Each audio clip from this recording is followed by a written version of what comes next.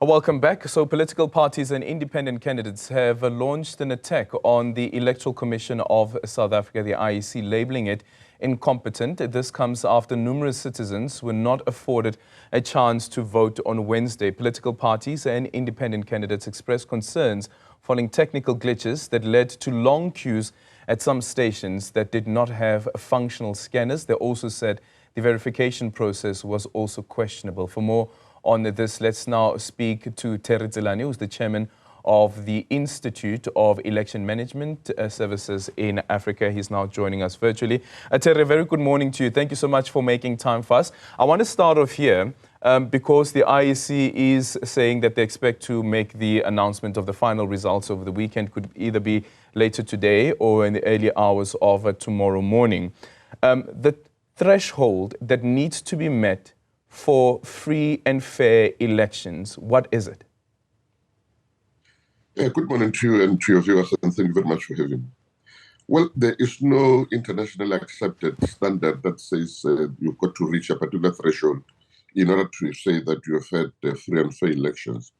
But there are basic concepts and aspects that we can take into consideration that determine the integrity of the elections. The first one is the capacity of the electoral staff. If you've got electoral staff that is trained, that understands the process, and that is able to manage the process fairly, then that will obviously have an effect on the credibility and integrity of the elections. The second one is the voters' roll. The voters' roll must have only the names of those people who are eligible to participate in the electoral process. And perhaps the third and the most important is the logistics. How you manage the logistics of the election, making sure that you've got sufficient material, that everything works on the day of the election, that every person who comes to the voting station has an opportunity to participate in the process. Those could be some of the factors that we take in consideration, including obviously the political environment. If the environment is conducive to free and fair elections, then you can actually be able to use those factors to make a determination as to whether the elections were free and fair. Okay. So with the other factors outside of the logistical challenges, I think that we have met the threshold, the elections in terms of campaigning and political parties, independent candidates feeling free that they can go about and do their campaigns, and even the environment leading up to the elections as well. But then there is the logistical challenges that were experienced by the IEC. I don't know what the quantum of the challenges which the IEC have admitted to would need to be for the IEC to say that perhaps this may have an influence on the credibility of the elections in terms of trying to declare the elections as free and fair. And again, I go back to the Clockwork Constitutional Court case. Every vote matters. Absolutely. Every vote does matter. So the Commission has got what they refer to as, or the legislation has got what they refer to as Section 55 objections. And these are objections material to the outcome of the results of the elections. So they will be able to look at this and check the materiality of every objection that is raised, and then see as to whether that objection would materially affect the outcome of the results of the elections if it is sustained. So they will have to look into all those aspects that you have mentioned, and then to see as to whether, in fact, an objection is material enough to lead to a nullification of the results. But we must also accept that even though there were serious challenges and difficulties, an election is a very massive operation. The fact that today we actually have a result which reflects the will of the people, it is something that is really positive about the outcome of these elections. But it does not mean that we should ignore the glaring mistakes that really happened during this process.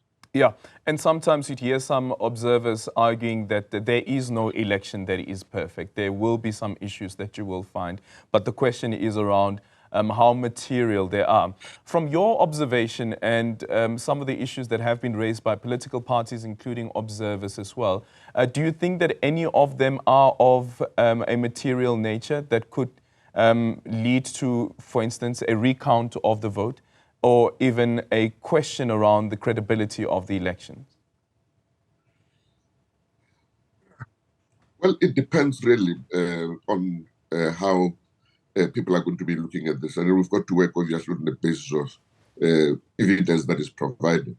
And then after the commission has dealt with all these objections, what I refer to as Section 55 objections, we can be able to make a determination because they will have scientific information that will make them come to a determination on this particular aspect. But from where I stand, I would say that even though there are serious challenges and difficulties that were experienced on the day, the results that we see on the lead board fairly represents the will of the people.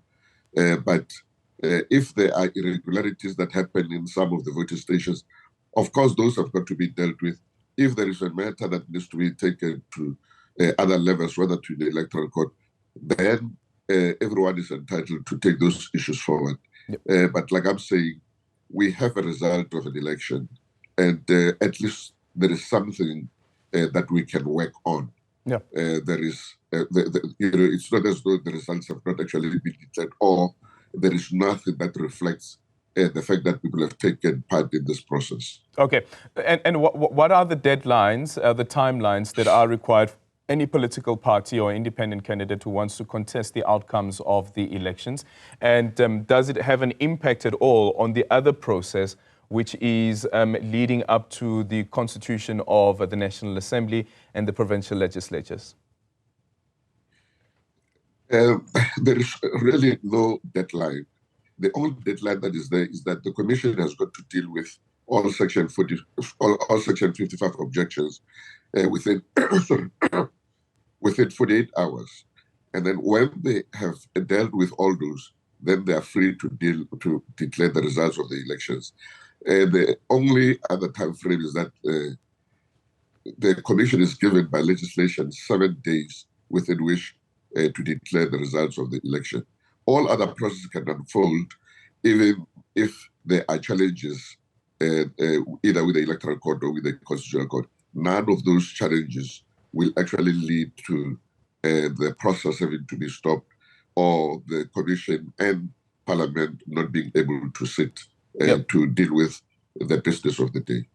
I saw an X from you yesterday that the National Assembly must be constituted within 14 days after the declaration of the election results, and the Assembly must elect the President within 30 days. If the Assembly cannot agree on a candidate, then the current President must dissolve the Assembly and call for a new election.